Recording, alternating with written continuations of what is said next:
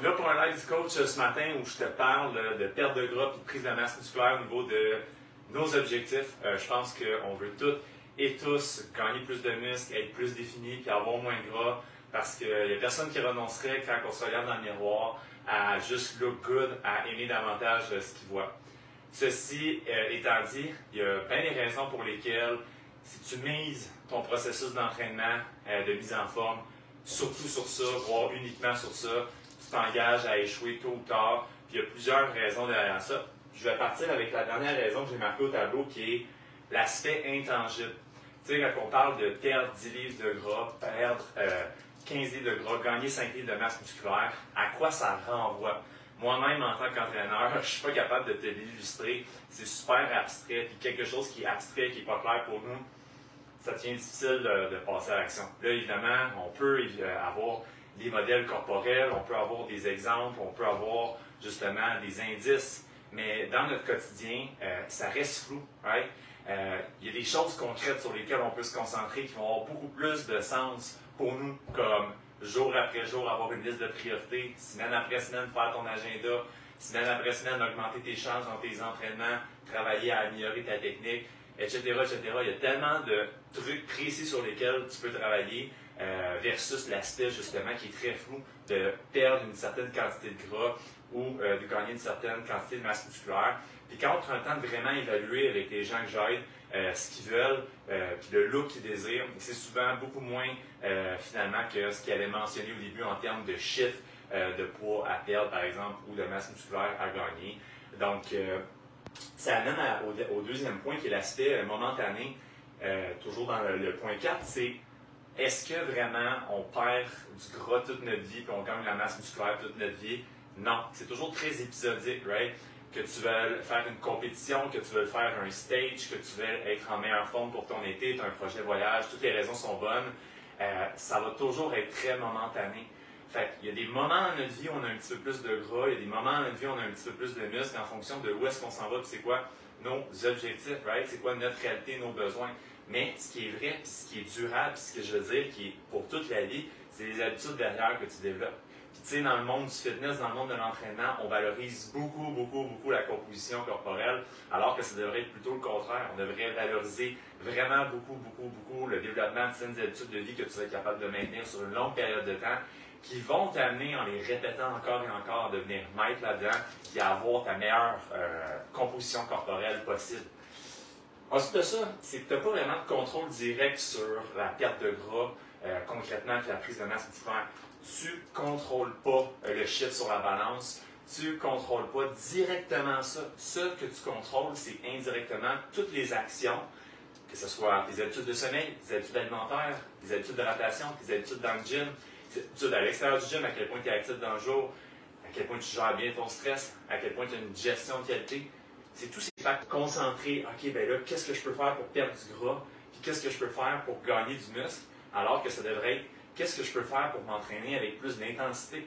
Qu'est-ce que je peux faire pour augmenter mon nombre de pas par jour? Qu'est-ce que je peux faire pour réduire ma quantité de sucre? Il y a toutes sortes de pistes sur lesquelles tu as vraiment du contrôle, mais ultimement, tu n'as jamais vraiment le contrôle sur à quel point tu vas gagner du muscle. Puis perdre du gras, c'est des conséquences, dans le fond, directes de toi, les actions que tu prends au niveau de tes habitudes de vie.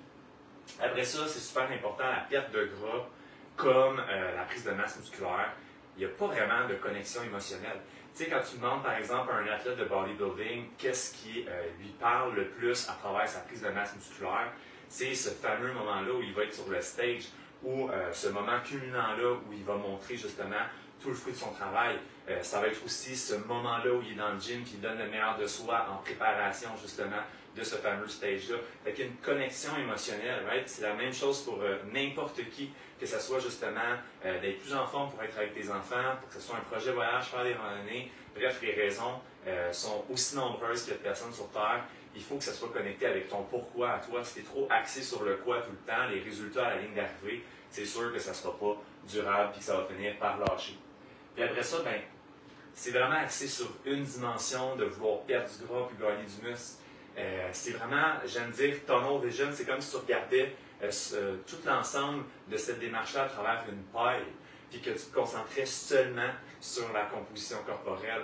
Puis, qu'est-ce qui arrive si à court terme, tu n'as pas les résultats que tu veux? On le sait, on est toutes et tous différents, on progresse toutes et tous à des rythmes différents selon notre métabolisme, selon nos conditions antérieures. Ça fait combien de temps qu'on est en surpoids, par exemple? Ça fait combien de temps qu'on cumule des habitudes qui font en sorte qu'on est en surpoids? Puis, il y a toutes sortes de scénarios différents. Fait qu'est-ce qui arrive si à court terme, la marge de progression que tu espérais pour le rendez-vous, puis que tu te concentrais uniquement là-dessus? Ben, c'est sûr et certain que, veux pas, ben, tu vas être déçu, right? Tu vas probablement te dire, hey, ce que je fais, ça ne fonctionne pas, fait que ça ne vaut pas la peine. Fait que c'est super important, puis quand on met en place des objectifs, quand on fait du goal setting, de bien identifier que la composition corporelle, ça peut être une des dimensions qu'on vise, mais ce n'est pas la seule. Il faut aller explorer toutes les choses pour lesquelles on veut de la progression, pour lesquelles on veut s'améliorer, pour lesquelles on va voir qu'il y a des bénéfices reliés à ça, puis on va voir aussi que hey, si on améliore cette dimension-là, ou si on arrête de faire cette chose-là, il va aussi avoir des douleurs qui vont cesser. Right? Puis par douleur, je parle de douleurs émotionnelles, je parle aussi de douleurs physiques, je parle de douleurs mentales, comme par exemple sentir qu'on manque d'énergie, qu'on manque de temps, qu'on est désorganisé, etc., etc.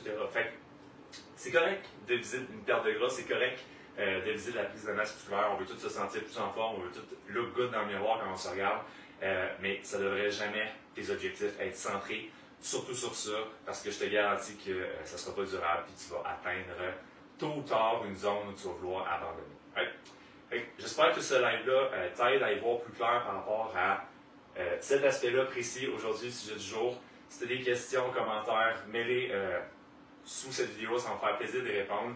Puis j'ai lancé dernièrement, on a remodelé notre communauté Facebook, qui est vraiment axée sur un système qu'on a développé justement pour que la prise de masse musculaire, la perte de gras, soit beaucoup plus tangible justement, soit beaucoup plus précise, qui soit la conséquence justement de la mise en application de ce système d'entraînement-là. Donc, le groupe Facebook est en train d'être mis sur... En fait, il est déjà sur place, mais on est en train de tout leur framer. Puis, on va commencer à partager davantage du contenu là-dessus. Puis, je pense que ça pourrait t'intéresser si ça te parle aujourd'hui, ce qu'on fait. Donc, je vais mettre le lien en commentaire. Tu es bienvenu de venir visiter puis de rejoindre la communauté. C'est vraiment pour tout le monde, tout niveau. Toute personne qui cherche à découvrir son corps, à améliorer ses performances, devenir plus fort, plus polyvalent, plus endurant, puis surtout développer des saines habitudes pour parvenir à ça. Right? Fait que ça met fin au live du coach, semaine prochaine. Sur ce, je te souhaite un beau dimanche.